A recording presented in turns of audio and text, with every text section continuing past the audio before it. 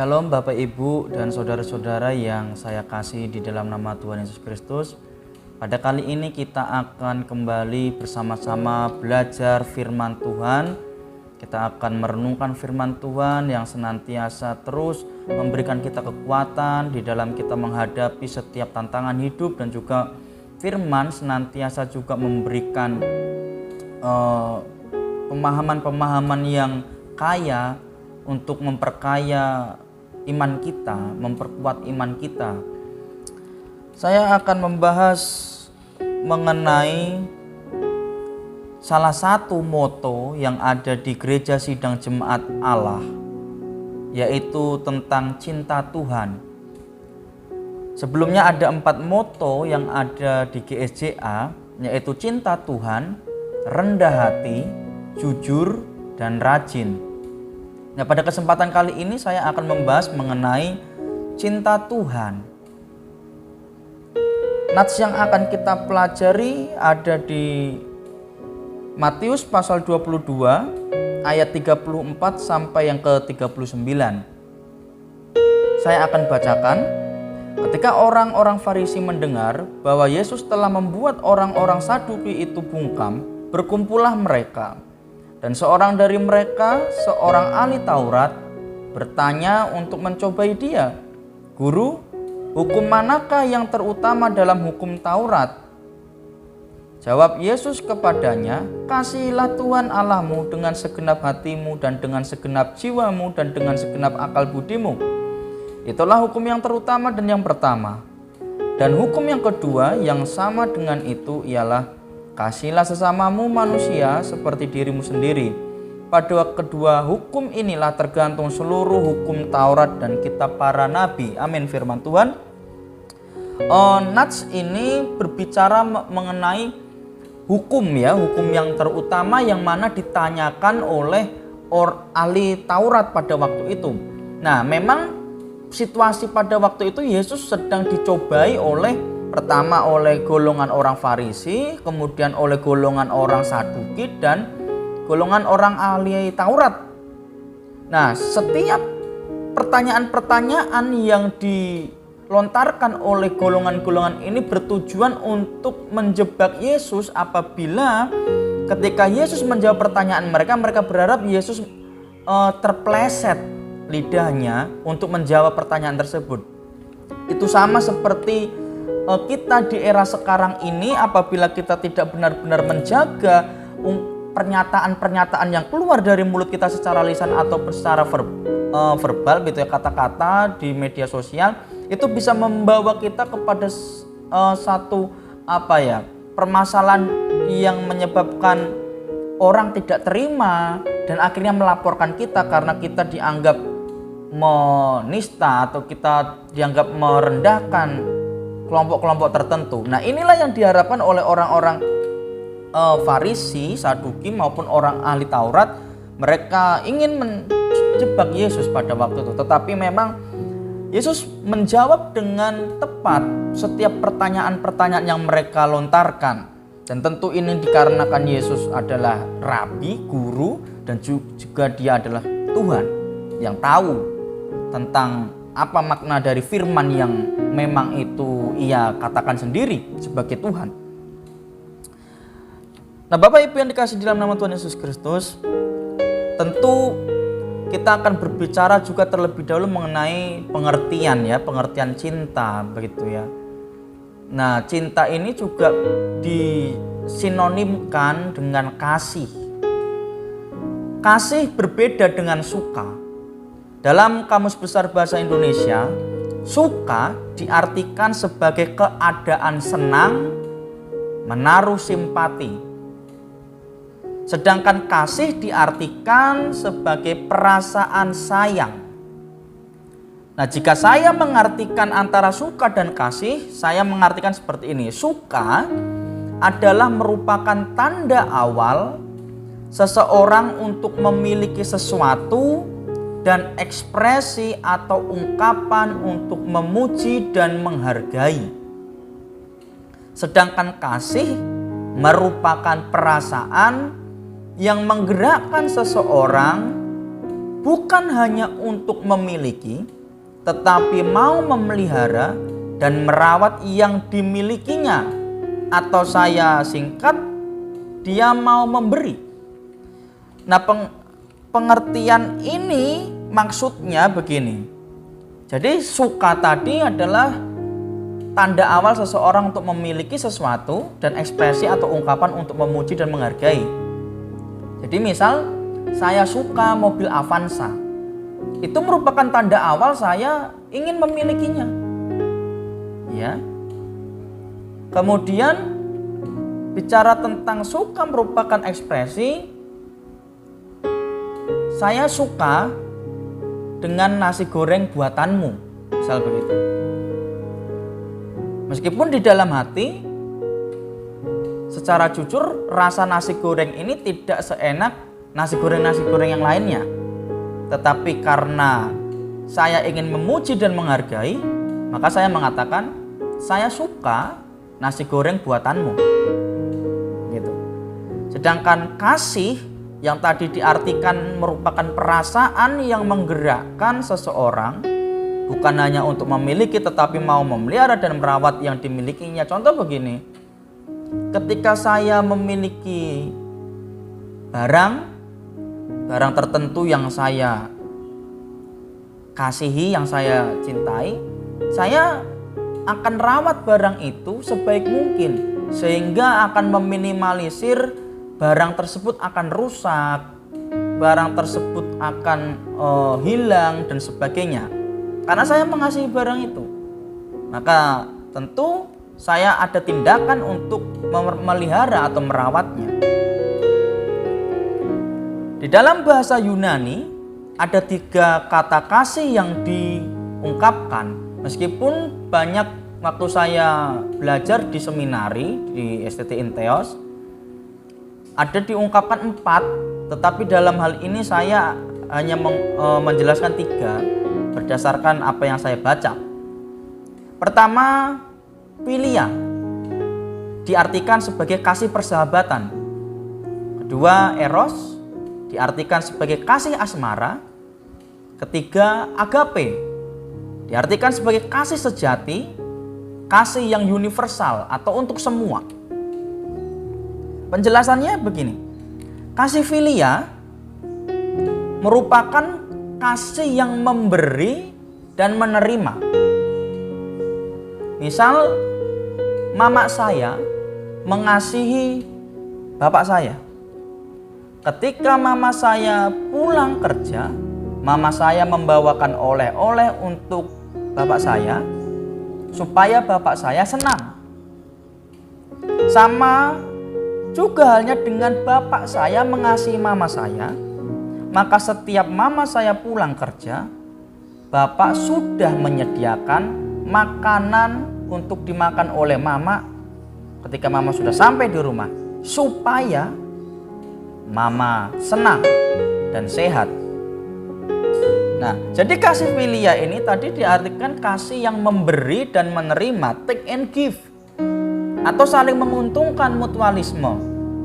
Dan bisa juga dimaknai mengasihi supaya, ya, mengasihi supaya.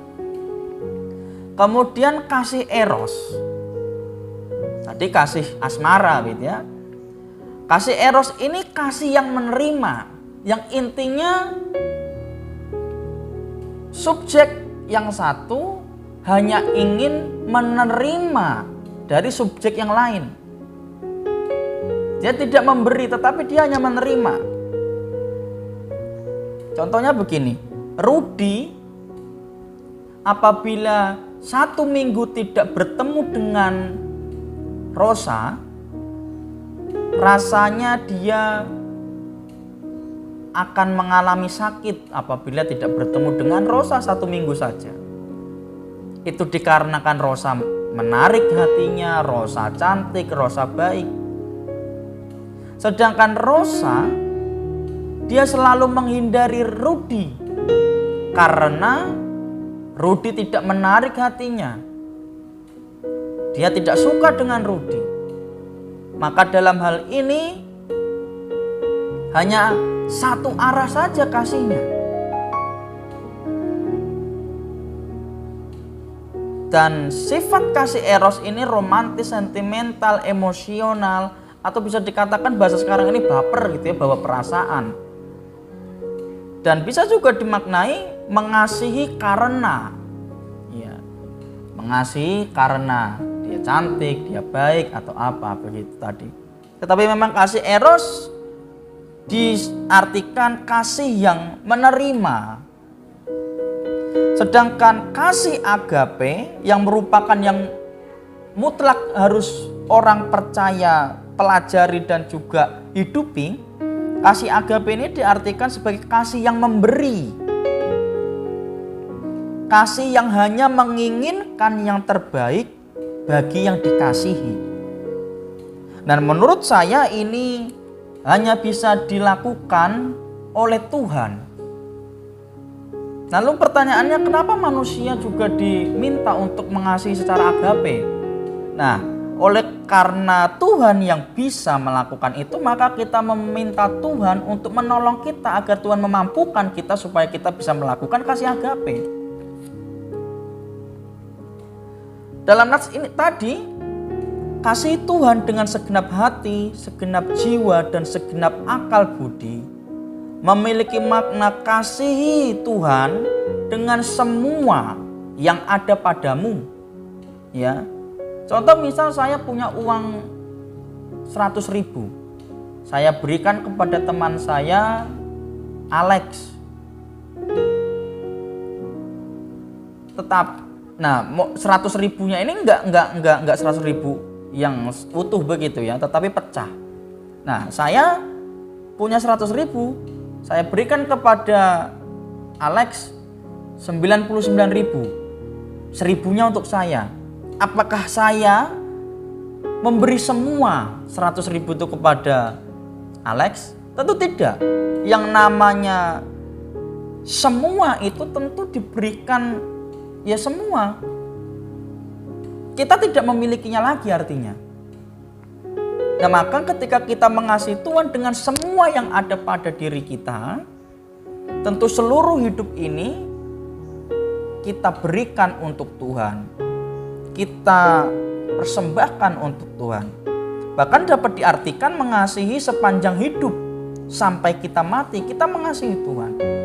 Kalau kita mengasihi Tuhan hanya berdasarkan ketika Tuhan berkati kita, lalu setelah Tuhan gak berkati, misal Tuhan memberikan kita ujian begitu ya, kita diizinkan untuk mendapat ujian, kita langsung goyah dalam mengasihi Tuhan, kita mundur dari Tuhan, itu bukan mengasihi Tuhan. Nah, mengasihi Tuhan itu sepanjang hidup. Nah, kasih itu tidak dapat dipaksakan. Kasih harus murni, berasal dari kesadaran dan kemauan diri sendiri tanpa ada campur tangan dari luar. Kalaupun ada unsur-unsur dari luar, unsur dari luar ini hanya boleh memberikan saran, nasihat, masukan. Tetapi yang menentukan adalah orang ini mau gak mengasihi. Dan orang di luar tidak boleh memaksakan supaya orang ini mengasihi. Nah, saya pun juga tidak dapat memaksakan Bapak, Ibu, dan saudara-saudara untuk mengasihi Tuhan. Yang hanya bisa saya lakukan adalah saya membimbing, saya memberi nasihat, saya mengarahkan agar Bapak Ibu mau mengasihi Tuhan. Tetapi saya tidak bisa memaksa Bapak Ibu untuk mengasihi Tuhan. Itu murni harus berasal dari kesadaran dan kemauan diri sendiri. Sehingga kasihnya bukan paksaan. Maka jika kasih itu dipaksa, itu bukan lagi kasih namanya, melainkan paksaan. Dalam Injil Matius, Markus, dan Lukas, kasih ya selalu dimulai dengan pernyataan ini. Kasihilah Tuhan Allahmu dengan segenap hatimu. Yang pertama selalu dikatakan kasihilah Tuhan Allahmu dengan segenap hatimu. Hati. Mengapa demikian? Yang pertama-tama Allah minta ialah hati kita. Jadi ketika Allah sudah mendapatkan hati kita, maka Allah sudah mendapatkan seluruh hidup kita. Seperti ini contohnya. Ketika seseorang saling mengasihi, mencintai. Ketika dua orang saling mengasihi, mencintai antara laki-laki dan perempuan. Tentu pada waktu mereka sedang pendekatan, si laki-laki berusaha untuk mendapatkan hati si perempuan. Demikian juga si perempuan berusaha untuk memberikan hatinya. Pantas enggak apabila dia memberi hatinya kepada si laki-laki? Ketika si laki-laki sudah mendapatkan hati si perempuan, maka disitulah seluruh hidup dari si perempuan itu menjadi milik si laki-laki. Termasuk seluruh hidup si laki-laki juga menjadi milik si perempuan. Nah, maksudnya ini sudah masuk ke dalam ranah pernikahan. Ya, orang yang menikah tentu mereka saling memberikan hati mereka. Sehingga seluruh hidupnya adalah milik pasangannya. Bahkan sampai hal yang paling pribadi pun itu juga menjadi milik dari pasangannya. Nah, sama halnya dengan ketika Allah sudah mendapatkan hati kita, maka Allah sesungguhnya sudah mendapatkan seluruh hidup kita. Baik itu pikiran, kehendak, waktu, perkataan, dan perbuatan kita, semua sudah menjadi miliknya Tuhan. Alkitab pun juga mencatat banyak sekali berbicara tentang hati. Karena dari hatilah terpancar kehidupan, maka penting sekali kita memberikan hati kita kepada Tuhan. Maka dikatakan kasihilah Tuhan Allahmu dengan segenap hatimu. Maka juga ada yang mengatakan kalau kamu melakukan pekerjaan dengan segenap hati, mending gak usah dikerjakan. Karena akan membebani. Nah, hati Bapak Ibu. Kasih kepada Allah juga meminta perhatian khusus dari kita. Hal itu bukan hanya diwujudkan melalui kasih kepada sesama atau orang lain. Nah, kasih kepada Allah juga diwujudkan dengan menyediakan waktu yang khusus untuk berdoa, baca Alkitab, dan perenungan pribadi. Ketika hal ini tidak dapat dipisahkan. Ketika orang baca Alkitab, tentu dia berdoa, Tuhan, tolong saya supaya saya dapat memahami firman-Mu. Dan tentu dia merenung.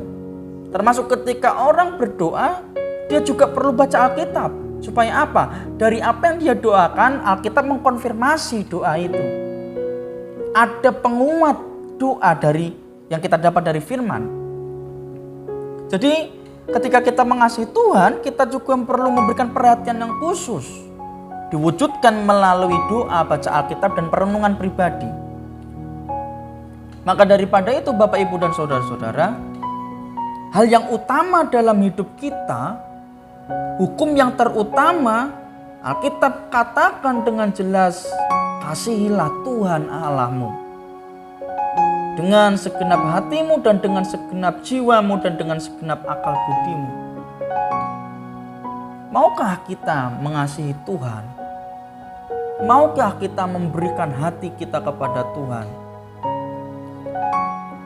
Hanya perlu satu alasan bagi kita untuk mengasihi Tuhan Yesus, yaitu karena Tuhan Yesus terlebih dahulu mengasihi kita. Melalui kasih-Nya ada pengorbanan, melalui kasih-Nya ada penebusan, melalui kasih-Nya ada berkat yang Tuhan berikan kepada kita yang percaya kepada Tuhan.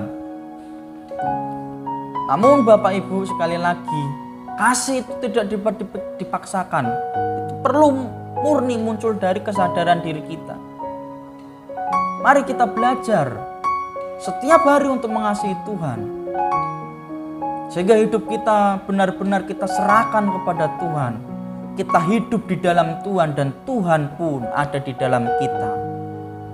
Amin. Tuhan Yesus memberkati kita semua.